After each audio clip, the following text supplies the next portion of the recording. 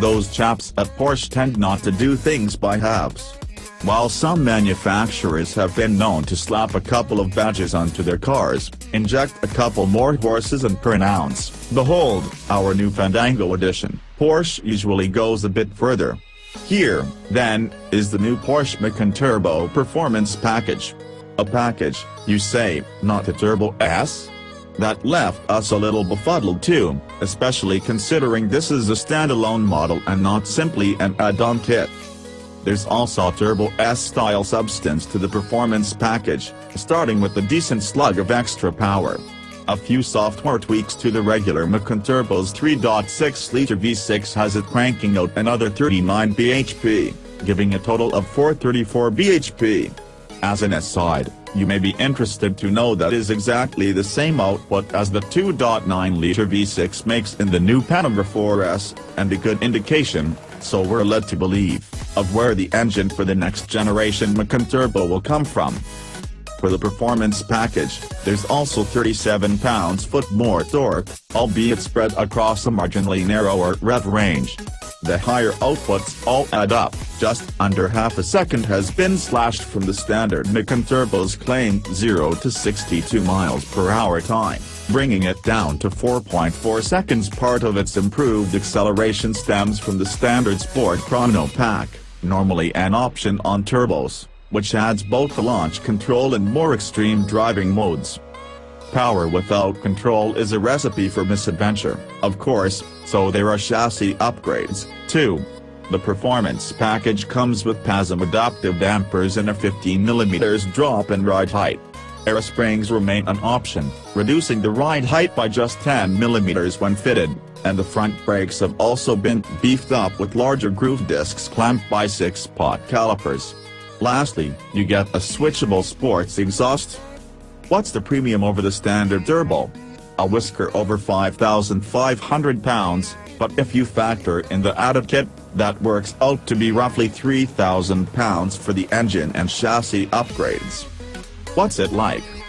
So, we bet you're thinking it's a real humdinger with all that added zip. How can we put this? We're not sure. That's probably not the answer you were expecting, but it's the truth. You see, the coordinates for our test drive were 663014.21 and 254345.81e, putting us somewhere in Finland in the Arctic Circle. The sub-zero temperatures and snow-covered roads meant we'd have struggled to deploy 34 bhp, and even with four-wheel drive and a set of winter boots, the Macan couldn't begin to show off its newfound doom for cornering a plum. What it did was demonstrate how easy it is to manage 434 bhp in a 2-ton car with very little grip. After stretches of public road that were largely frictionless and aero straight, we wound up at a private test facility.